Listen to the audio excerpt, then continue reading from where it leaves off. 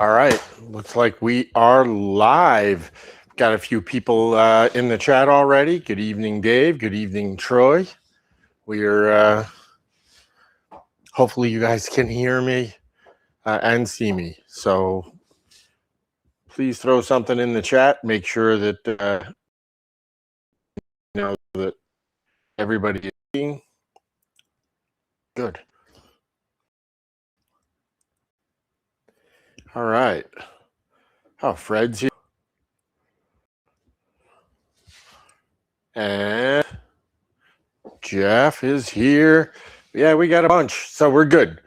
I am going to get started. So welcome to No BS Woodworking Tuesday Tips. Tonight, as you can see, I'm going to talk a little bit about some hardware. We're going to talk about a little bit of the history. I'm going to do some comparisons to the reproduction and the antique stuff compared to modern stuff, and give you guys some different options for things you might want to do. It's not so much a how to, but a why to kind of a thing. Spent a bunch of time talking in the shop today about your projects. Okay, you're building a piece of furniture. You've got a lot of time, a lot of money invested in creating whatever project it is you're making. And a lot of people want to just wrap it up, throw a coat of oil on it, and then go to the local big box store and get yourself some hardware. And this is really more of a kind of a plea for you guys to seek out some of the better hardware makers. Sure, it's going to cost you more money, but you've spent a bunch of time, you've gone out and you've selected the best wood you can find. You've really put all your efforts into making something that's going to last for generations. Why not take the final step and turn it from a so-so piece into a masterpiece? And that's the whole point of this. So like I said, we're gonna take a walk through my little board full of hardware here and talk a little bit about some of the differences in treatment and quality and stuff like that. And I know this is primarily gonna focus on period stuff, but you know, there are companies out there that are making really good quality stuff for mission furniture and mid-century modern furniture and contemporary pieces. You just got to find them, and don't be afraid to invest a little bit of extra money and get something that's going to look good, function like it's supposed to, and last for generations. So without further ado, I'm going to switch cameras here, and we're going to jump over and start looking at some of this hardware. All right, we've got John here, Charles is here. That's good.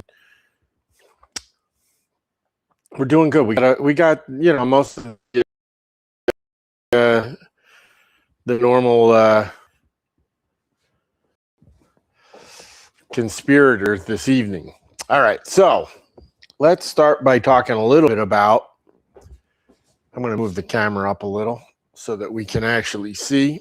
I'm going to start by talking a little bit about some of the history of this stuff, some of the earliest things, and we're going to work our way, show you a little bit about how some of these things differ throughout the time periods. And let's start with this group of plates and stuff right here. So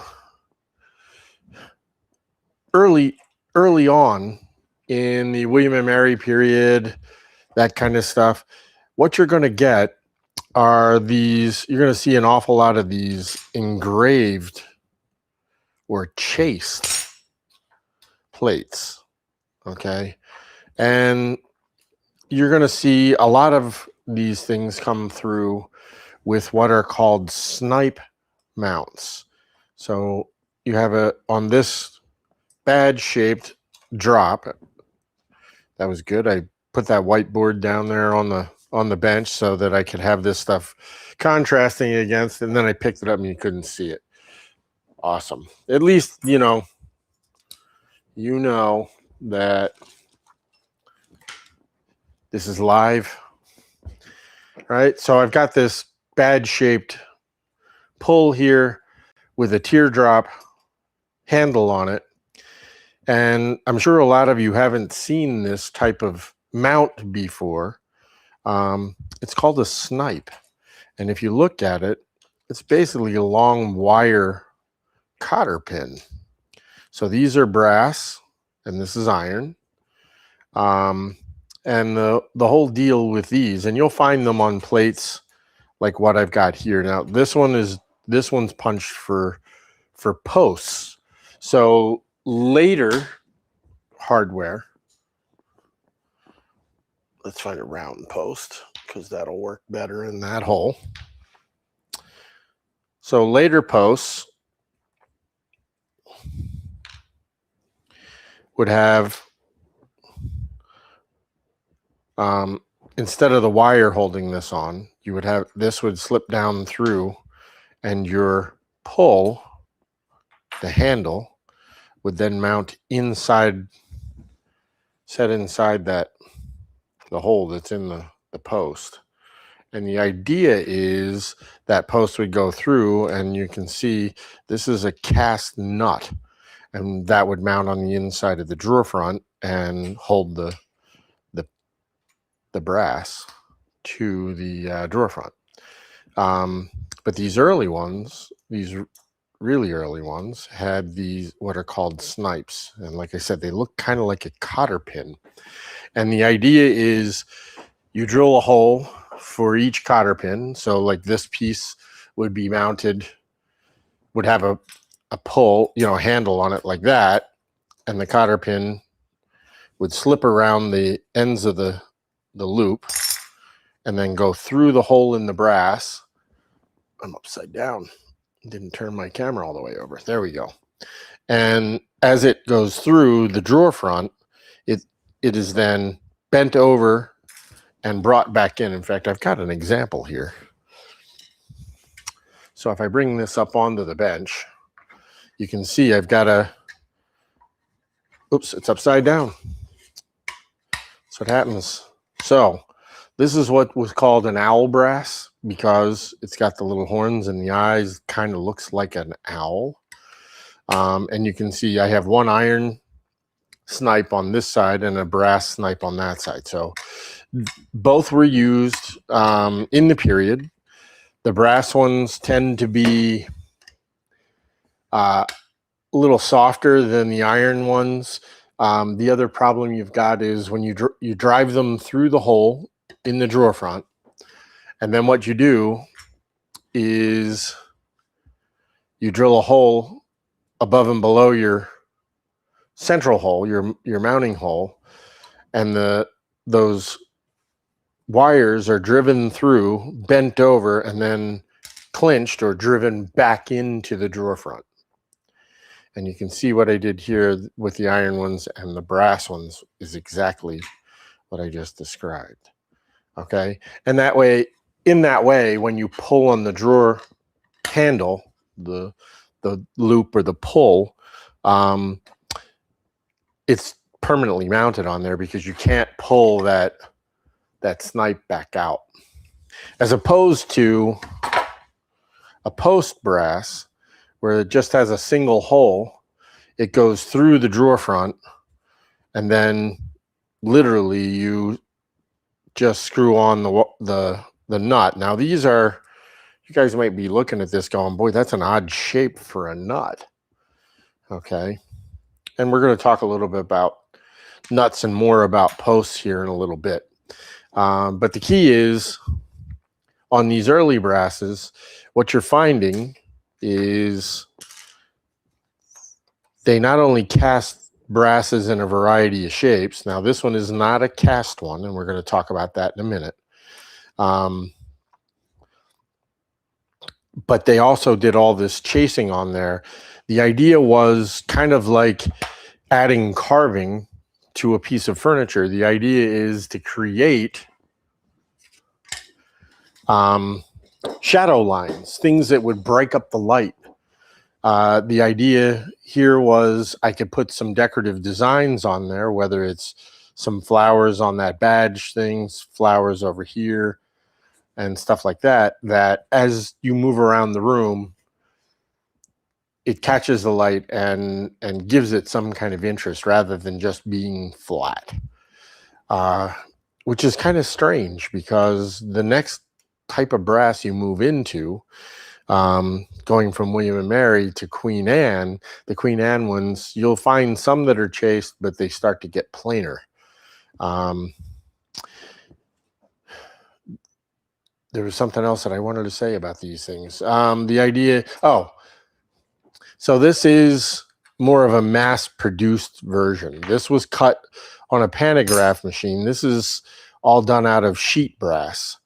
Whereas if you take a look at the back of this brass, and let's see if that's showing up on camera really well, because I can always zoom in a little, which is probably a good thing.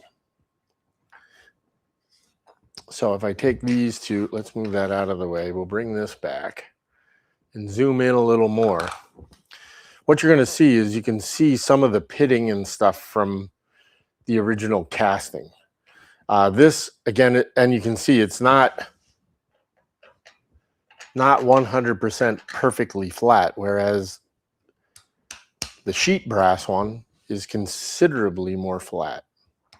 Okay, that's not necessarily a good thing. I mean, that it's perfectly flat. I mean, you might be thinking, oh, well, why would I want a brass that has a little bit of a curve to it? Well, once again, when that thing is flipped over, it's now got sort of a non-flat surface, so it's going to reflect that light differently. And there you get a really good idea of what all of that hand chasing, or that, let's move it up just a little so it's a little more centered. There we go.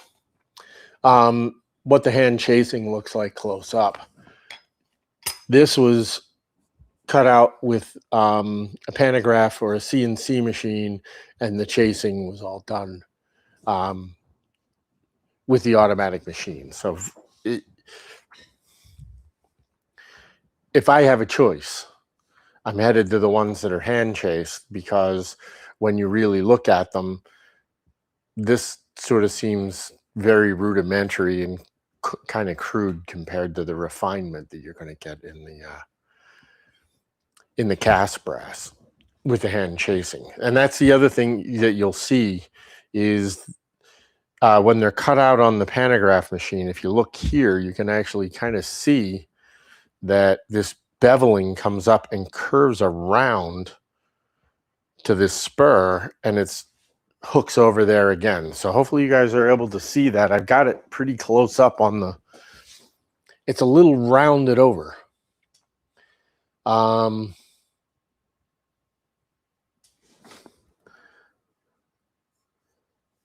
cool. We got a bunch of people here. I'm sorry. I went over to see how that was showing up on the on the screen, and I'm seeing a bunch of comments in there saying, yes, I will be at the May 1st and 2nd event in Manchester for Fine Woodworking, New England. So back to what I was talking about. You guys can see it on there. You can see that these areas are not crisp and sharp like this or that or here, where somebody's gone in there with a file and sharpened up all of those corners. This has got kind of a little of a round, because the bit that they used in the machine doesn't go back in and clean it up. And no, Doug, I cannot start over, but you can watch tomorrow or later on this evening. Pretty much as soon as I quit, you can go, quit doing this. You can go and watch on YouTube that first 5 or 10 minutes that you missed.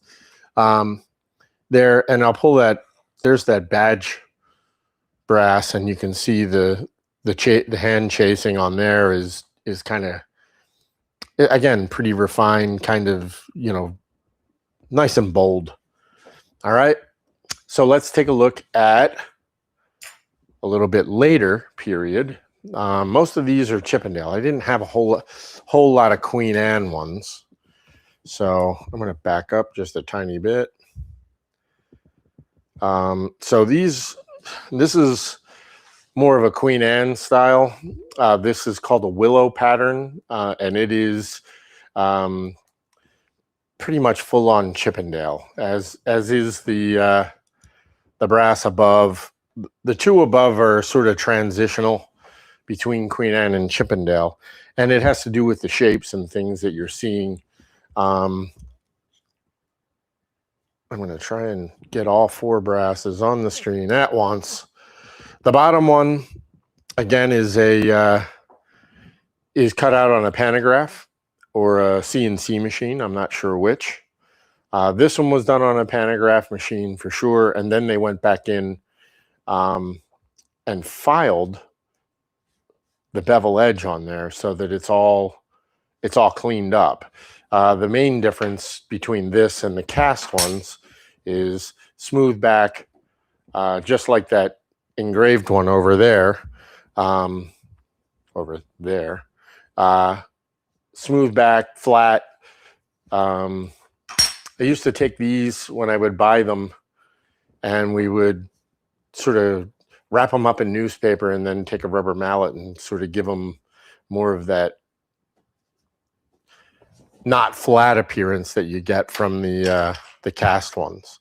And the idea was the sheet brass ones are considerably less expensive to buy than the cast ones. So that was a good economical way to get good looking brasses. This was from Ball and Ball, by the way. Ball and Ball Hardware in Exton, Pennsylvania. I'll throw a link in the show comments after everything's done here tonight. Or in the show notes, sorry, not the comments. But they're not doing the sheet brass ones anymore. They're only casting things at this point. So kind of a moot point, but you can still get this exact pattern.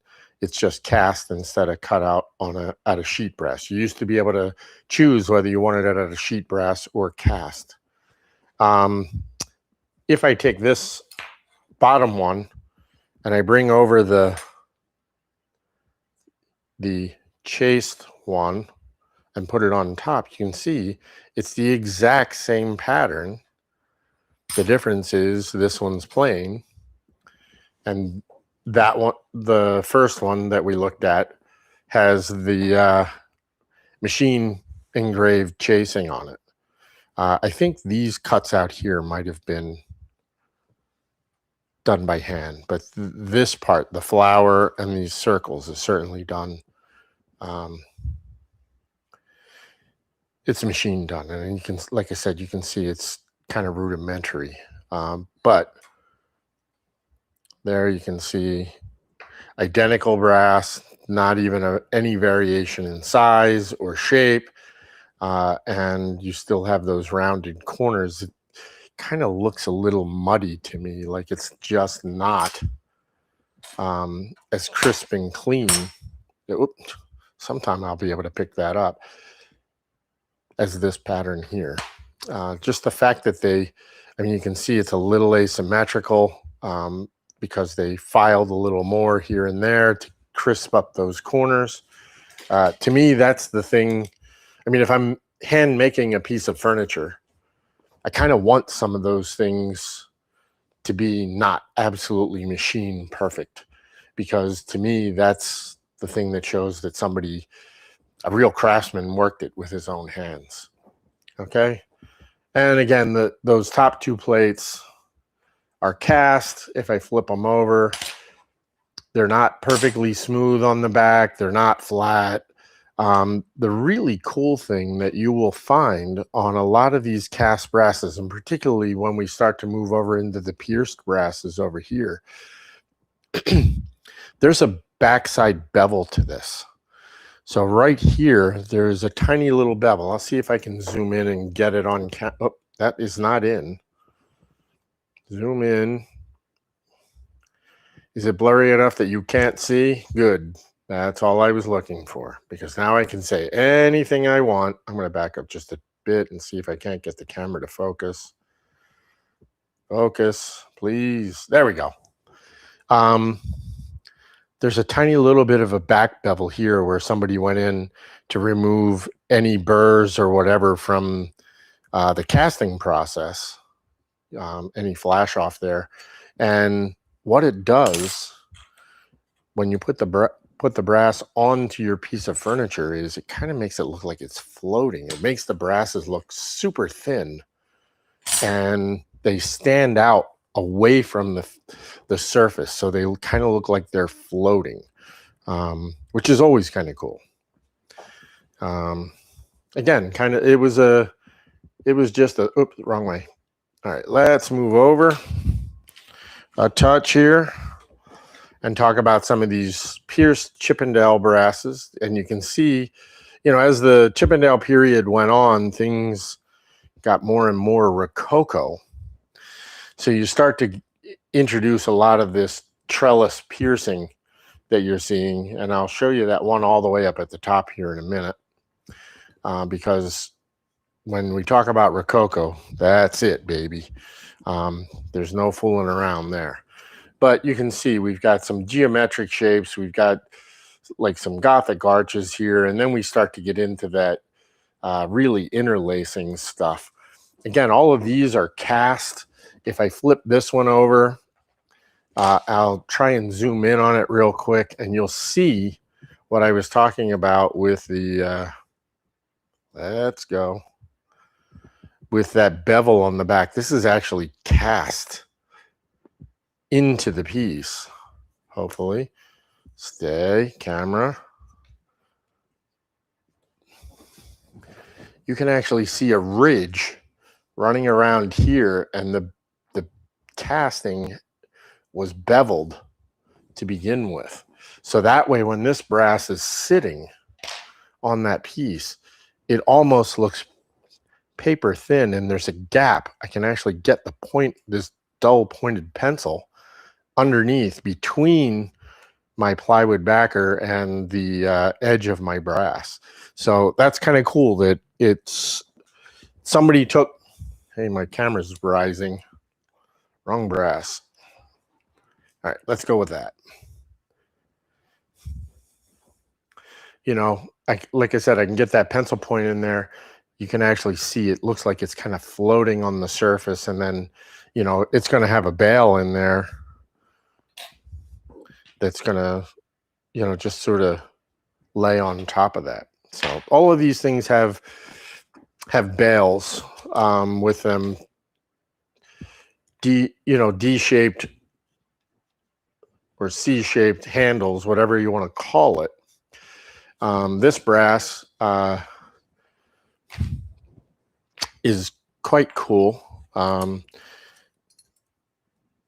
It's got cast nuts on there, but these are machine-made posts. This was made by Ball and Ball as well, and they beveled the back around there. It's kind of hard to see, but because it's very shallow, and then they colored it up for me to look old, and then that's the handle that goes with it. So the post would mount on either side. Hopefully I'm not covering this up, and then go through the brass, through the drawer front, and then the nuts would hold everything in place. So that's one of the things that I really didn't talk about with those inexpensive machine-made brasses earlier, the ones that had the rounded corners on them. The handles on there tend to be a little bit lighter weight, and we're going to look at a very modern version of all of this stuff here in a minute. And the idea is I want to show you how and why, I would choose to spend $30, $40, $50, $60 a brass versus going to the local big box store and buying something for $7 or $10 or whatever. I mean, the idea is there is a huge difference in quality and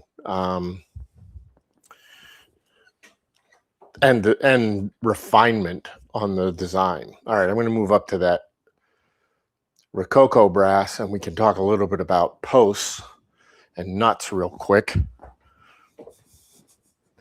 Let's see if I can get around this side.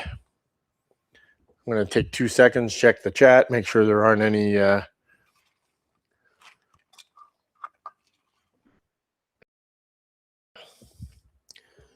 right. What time period would the snipe type have been used is the most relevant at the moment. Most relevant question at the moment. So again, if you're looking, at a William and Mary style brass with snipes, you'll find them into the Queen Anne period, but not really too much after that. Okay, so here we are looking at a much more pure Rococo brass. So when I look at, that brass on there, it's, you've got raffles and sea scrolls and all kinds of vegetation. There's, some Chinese influence on this. When I look at it, I'm seeing, sort of that Asian sort of roof line thing going on there. It's just an amazing brass. Again, Ball and Ball hardware is the one that made this, and the original. And what if I flip it over and you guys take a look, you can see that the backside is beveled on all the piercing. Again, the idea is to give it that. It's a solid. It's almost 1/8 of an inch thick, that brass, that casting. So the idea is lighten it up by beveling all that piercing back. And that way, when it sits on the piece, it's going to really look like it's floating. Okay. Pretty amazing detail in there too. And even the handle, the bail, has some carving around there, got that sort of cross-hatched pineapple-y kind of a thing going on. So again, really sort of realistic kind of vegetation all over this thing. So very much a Rococo kind of a theme there. So really, I wanted to get you back here. You're seeing this stuff probably in the third quarter of the 18th century. The rest of that stuff, those solid plates, these things are probably 1730 to 1770, somewhere in that's where they were being used. This is probably 1750, the willow pattern, probably 1750s or so. All the rest of these pierced brasses tend to be that second half of the 18th century. This is definitely, full-blown Rococo Chippendale kind of stuff. These are the posts that they made to go with it. And you can see they're rather substantial. Compare that to, these are some of the posts that go with those other brasses. And let's move all that nonsense out of the way. The head of the post is considerably larger, but look at the diameter of the corner. So there's multiple types of posts that you can get on period brasses. Round is my favorite because you drill a hole and you shove it in there and you're done. Quite a few of them are square up on top, and the threads come up and stop at some point. And the idea here is you're going to locate your post holes for your brasses, and then what you're going to do is chop a tiny shallow mortise into your drawer front so that when you drive the post in and pull it tight, it can't turn, because in order for the handle to function properly, it's got to be loose in the hole in the post. So it's pretty easy for this thing to, over time, to wear and start to rotate, and eventually your handles are falling out. But if you put a square tenon onto the top of the post, it kind of stops that rotational thing from happening. Lots of, here, the other thing you're going to see on this, even though this was ball and ball and they cast the brass itself and the handle, I believe they may have cast, they at least cast the material that the post was made from, and then they put it on a screw machine to cut. These are machine cut threads, as opposed to what you're going to see on here where we've got hand cut threads. It's just a different thing. The other thing you'll see is what they do is they take, on this type of brass, it's a round piece of brass that they've drilled, and then tap that.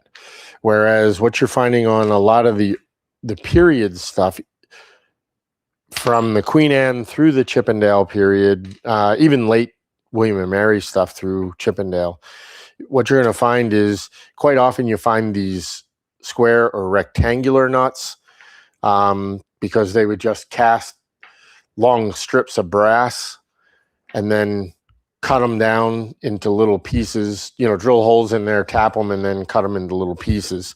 But you also find quite often these they just kind of drop blobs of brass into the casting sand, let it dry, let it cool, let it dry. Yeah, can you tell it's late in the evening? Let it cool, and then they would drill through them and tap them. So one of the things that I meant to tell you earlier when somebody asked about the snipe stuff, part of the reason that snipes were so popular at that point is that could be made by your local blacksmith, right? Or by your brass monger. They just make up all these strips, hammer them out, and bend them around and make the snipe. The screw post needs specialty tooling in order to be able to accurately make the thread on the post and then make a matching tap into the nut.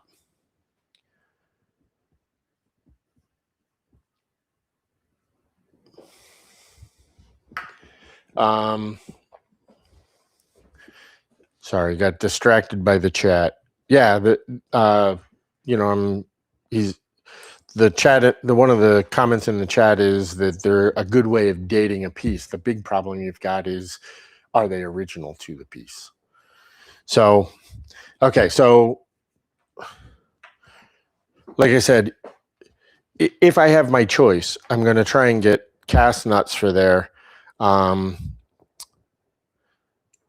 as opposed to this looks, it's round, at least it's not a hex nut, although quite a few of the more modern companies make posts and they have brass hex nuts with them. But I kind of like the fact that they're not hex nut. I really like most of the cast nuts simply because they have an irregular surface. They're easy to grab with a pair of pliers and tighten up tight to the piece. Here, I'm not sure if it's showing up on camera, but this one has a rough surface from the casting. So it's kind of cool because it's going to, if you put that surface towards the drawer front, it's going to act like a lock washer and sort of lock that thing in. We talked all about the posts. So what I really want to show you at this point is the difference between this kind of stuff and this kind of stuff and what we're getting in a modern brass. So what I'm going to show you right now is a very contemporary version of the exact same kind of brasses. I mean, you'll notice that the bale is very similar in nature to the bale. I mean, it's similar to this one. Actually, here's one that it's even more similar to. Let's pull this way just a little bit, get it more centered on the screen so you guys are seeing. So this is from a big box store. This, again, is Ball and Ball Hardware in Exton, Pennsylvania. So what you're seeing here is something, instead of having posts that go down through the backing plate or the back of the brass. So this is a reproduction. This is what's called a rosette.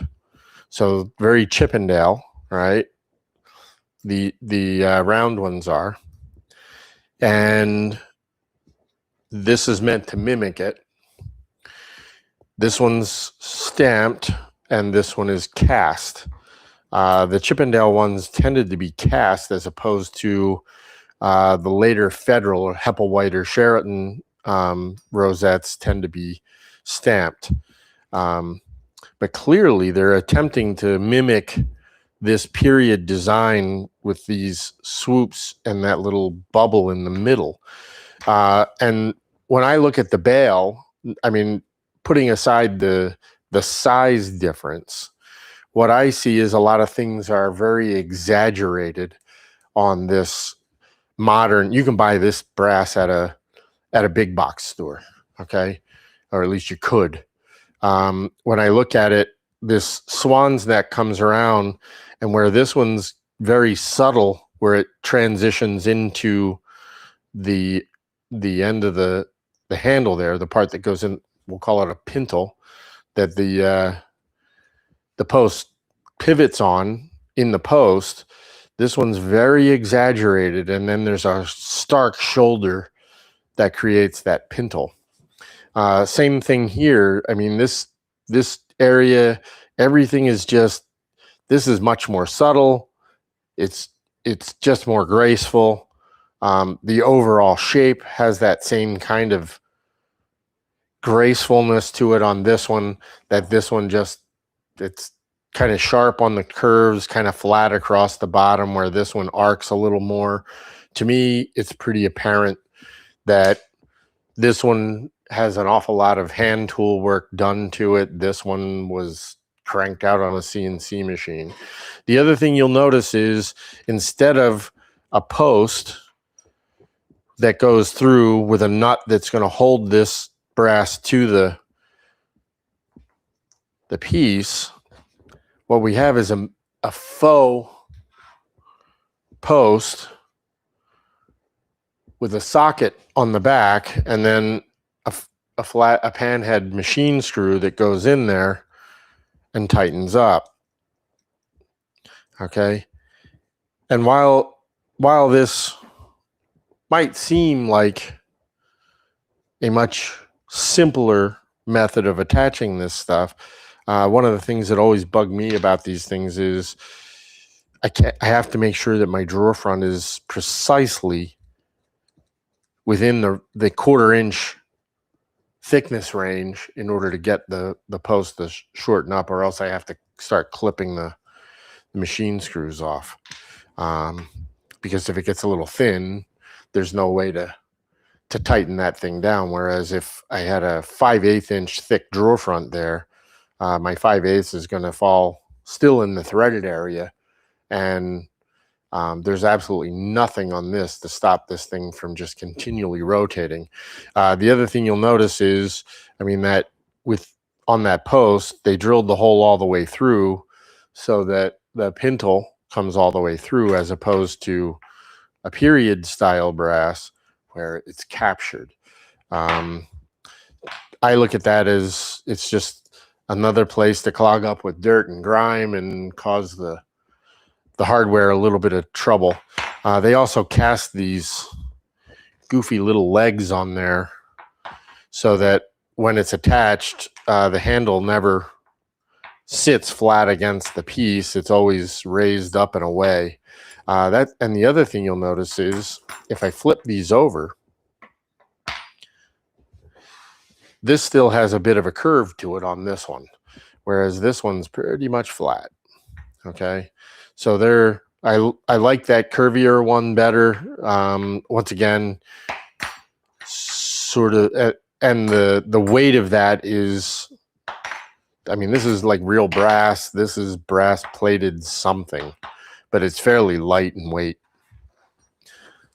I never liked also looking inside the drawer and seeing those zinc plated machine screws. All right, where do I want to go next? How about some escutcheons? We'll talk about escutcheons real quick. And let's talk valves first. All right, I'm hitting my camera against everything. All right, sorry folks. Once again, not edited for your viewing pleasure. All right, back up. We're going to show you a little bit about some handles real quick, some pulls. The idea is these are kind of in chronological order, except I pulled one out of there for something. Oh, I pulled it up for this. No, that wasn't the one. I pulled the other Chippendale one. I know I'm in front of the camera. All right.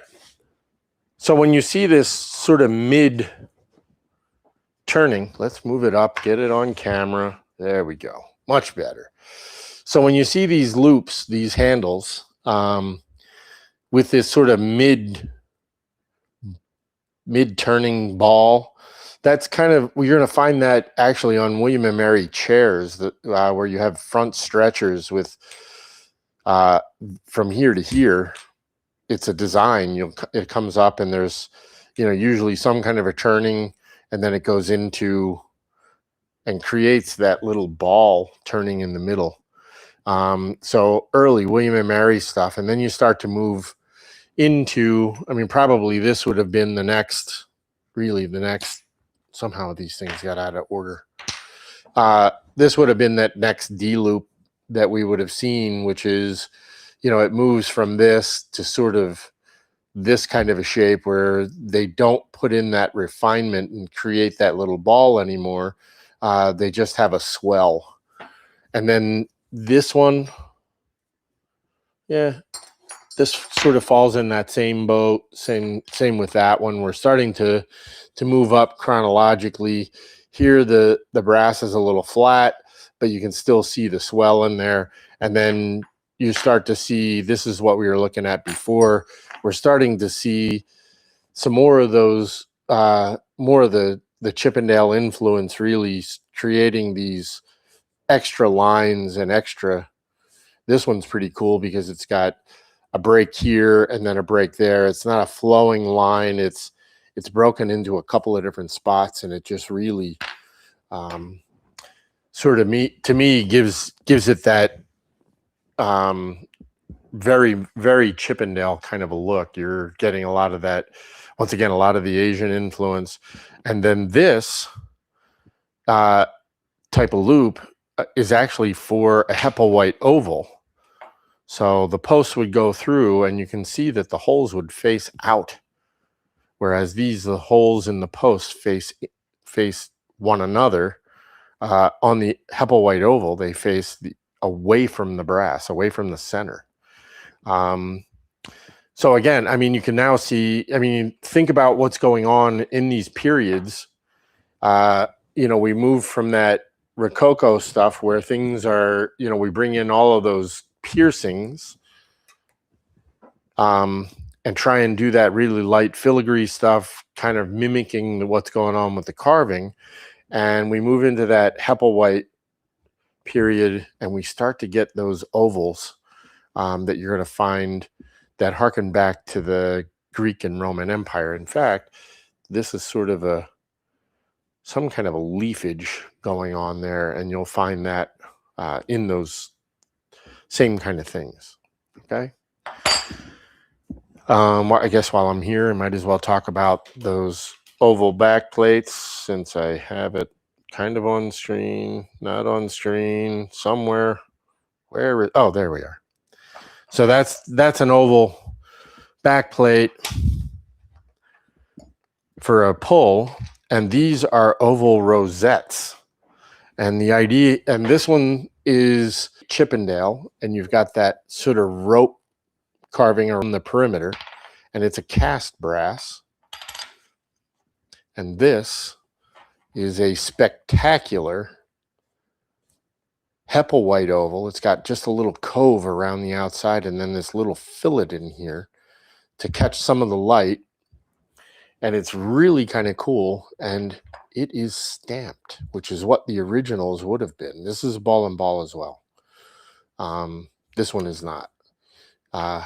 This is super cool. They're super thin. They're made exactly the way the originals are. And to me, it's like everything is crisp and clean about it. And that's what you really get with the Hepplewhite stuff. Even in the period, everything is just crisp, clean, and simple, right? We're not going to talk about hinges just yet. Let's go back and talk about escutcheons real quick. Wow, who thought I could go this long on goofy little bits of hardware, right? All right. So again, really early stuff, William and Mary period. We're looking at just an engraved version, you know, a chased version of some of the back plates you're going to see. You know, this is actually an escutcheon pull. So this has two holes for the snipes to go through. So this would be the only thing on a small drawer front. You would have a loop that would come around. I don't think I have any of those out there, but it's actually more shaped like this.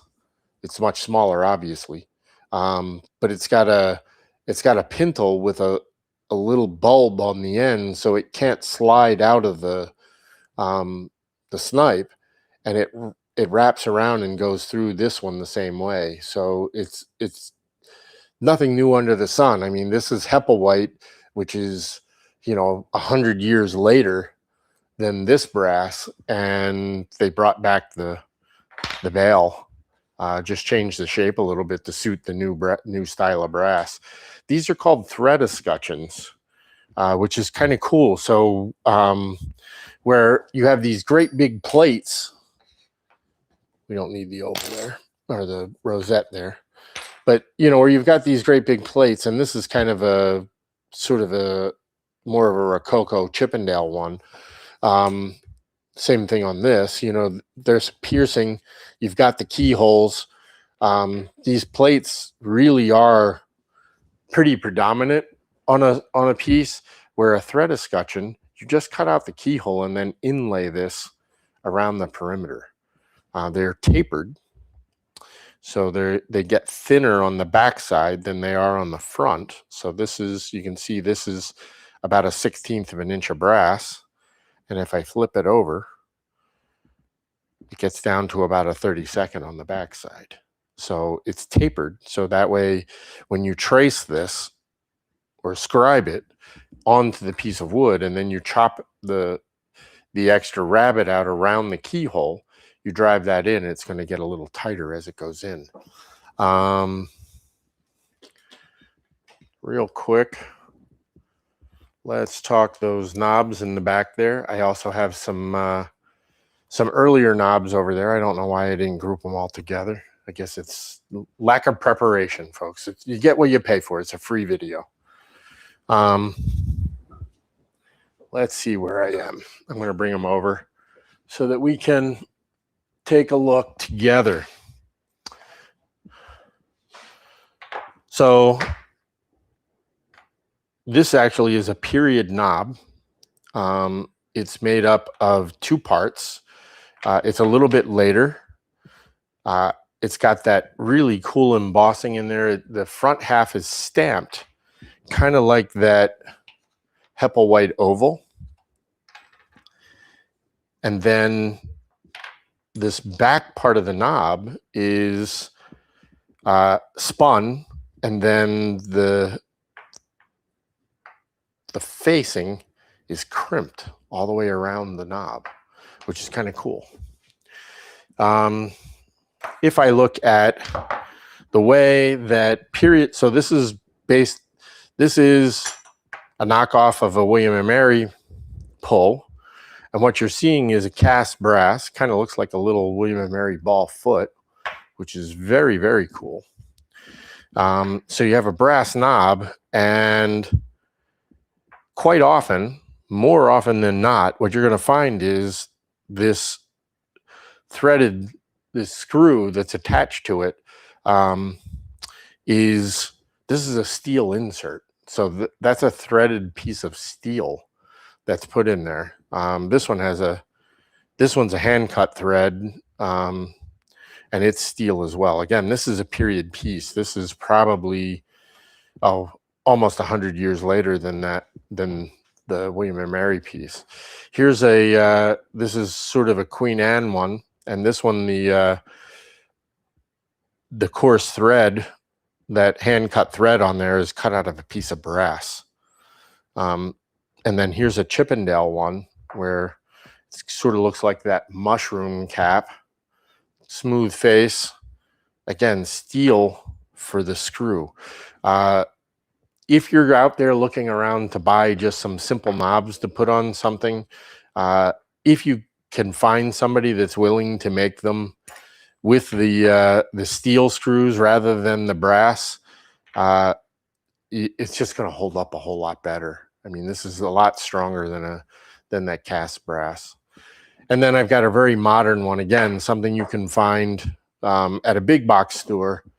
And again, they just sort of crank these out on a CNC machine, bore a hole in there, thread them, and then you've got the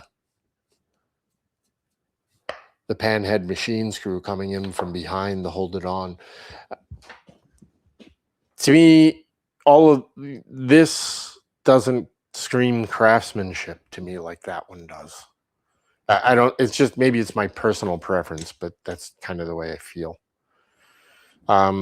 Again, this one, this big knob is made the same way. It's a stamped facing, and then it's crimped onto the spun back. And then this one also has a stamped back plate, which is very kind of cool. This would be for a large drawer or something like that. All right, let's take a look at table latches. We're going to throw that off to the side because I don't even have any comparison to make to it. So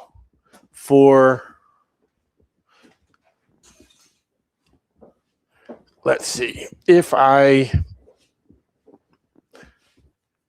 talk about table latches, these things are for tilting tables. So tea tables, pie crust tables, tilt tops, dining tables that tilt and move out of the way, those kinds of things. And they make them, this is about the smallest they make, and you can find them much bigger than this one. This is a modern one and made by a modern company. This was made in China and sold here. The mechanism isn't very good. The casting isn't quite flat, which I know I said was a plus on the other thing, but not so much on this. Look at how inelegant the shape is and how inelegant the latch is that allows that bolt to come back and forth. The casting is thick and sort of blobby, doesn't really have any kind of style going on. When I look at this, what I'm seeing is a lot more refinement. There was somebody, again, took some time to go back in and hand file these things, make things that not only function, but look like somebody cared about what they were doing. The main difference is this piece is probably 2 to 3 times the price of this one. They do the same job, but not in the same fashion. Okay. Very similar mechanism. It's just a spring on a rod that's attached to the bolt. The bolt is riveted on, but the difference is, look at how smooth that action is. And this one gets caught up on itself constantly. I know I wanted to talk about locks. We're closing in on an hour. I mean, I've always got a chance that we can do some more of this later. So I think I'm gonna forgo the hinge section. We'll talk about hinges as a separate show. I'm gonna move this camera off to the side, sort of focus on some of those things that we have already gone over, because we are closing in here on a late night. So like I said, I'm gonna switch. I'm gonna go through yeah, I know. My camera's starting to rise up on me. I gotta get a new tripod for that thing. Let's see where we are.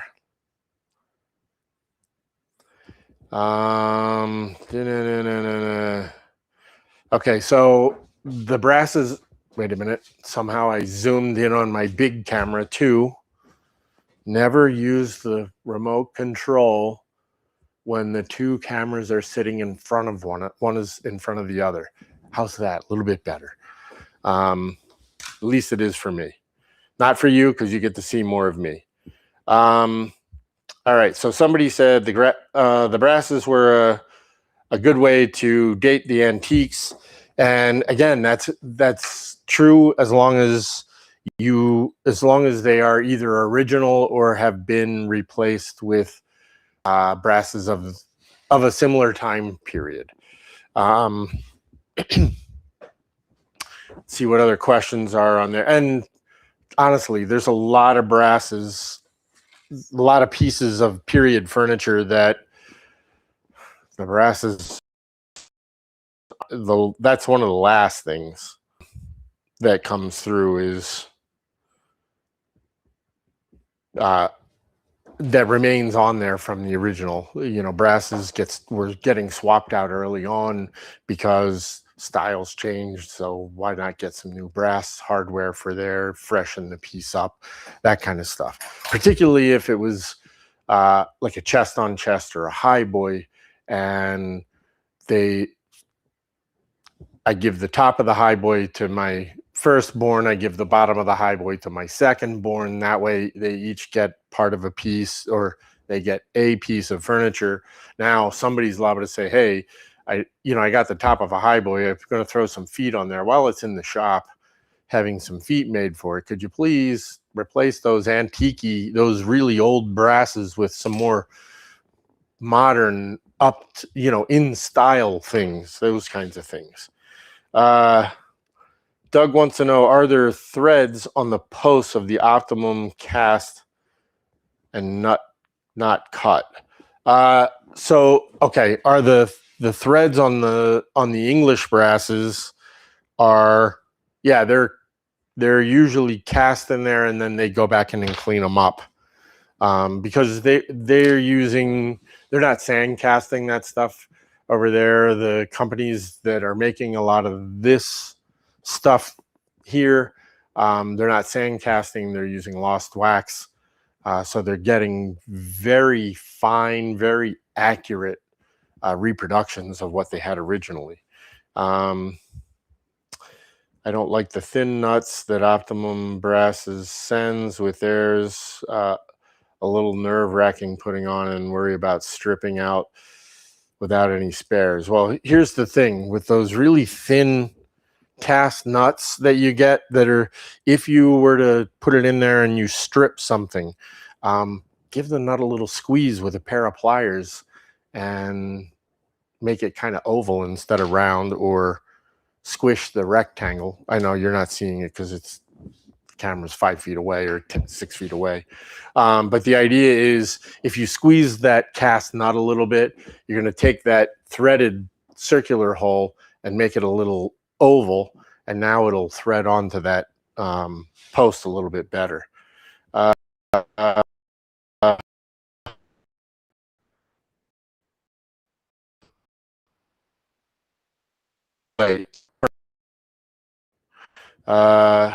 He go. All right. Oh, hey, Vince. Some English threads are standard, or I'm not sure. I'm not sure which they are. But I don't. Whoop! Somehow we lost the connection. Now we're back, and that's it.